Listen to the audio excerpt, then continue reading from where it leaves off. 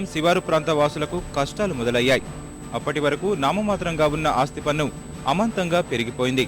స్థానిక అధికారులకు, ప్రజాప్రతినిధులకు ఎన్నిసార్లు మొరపెట్టుకున్నా ఫలితం లేదని బాధితులు వాపోతున్నారు.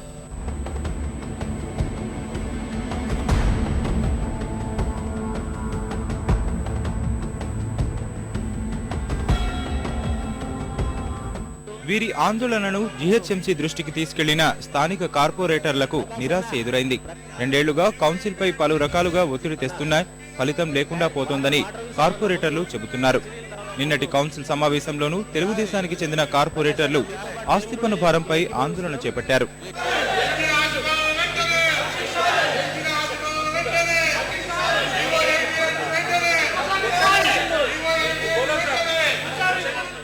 కారు తీసుకొని పోయి కిలోమీటర్ తిరిగిరండి.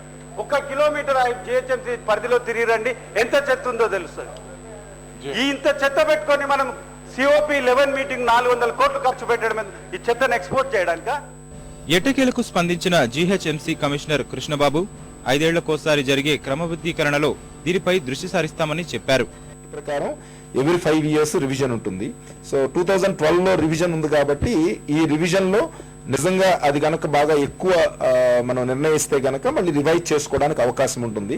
సో దాన్ని మనం కొంత సిస్టమేటిక్ గా చేసుకుని ఈసారి మనం కన్సల్టేషన్ కూడా ప్రెస్ లోను అలాగే ఎలక్ట్రానిక్ మీడియాలోను విస్తృత ప్రచారం ఇచ్చి వాళ్ళకి ఏదైనా వాళ్ళ డౌట్స్ ఏమన్నా ఉన్నా, ఆ రేట్లు చాలా అబ్నార్మల్ గా అనిపించినా అవి ప్రాపర్ గా వాళ్ళు అబ్జెక్షన్స్ ఫైల్ చేసేటట్టు దాన్ని దృష్టిలో పెట్టుకుని మనం రీజనబుల్ రేట్స్ ఫైనలైజ్ చేయడానికి ఏర్పాటు చేస్తున్నాం. గ్రేటర్ పరిధిలో ఆస్తి పన్ను సవరించి ఈ ఏడాదితో 5 ఏళ్లు పూర్తి కానుంది. ఈ నేపథ్యంలో త్వరలో జరిగే క్రమబద్ధీకరణలో తమకు న్యాయం జరుగుతుందనే ఆశతో ఎదురు చూస్తున్నారు శివారు మున్సిపాలిటీల ప్రజలు.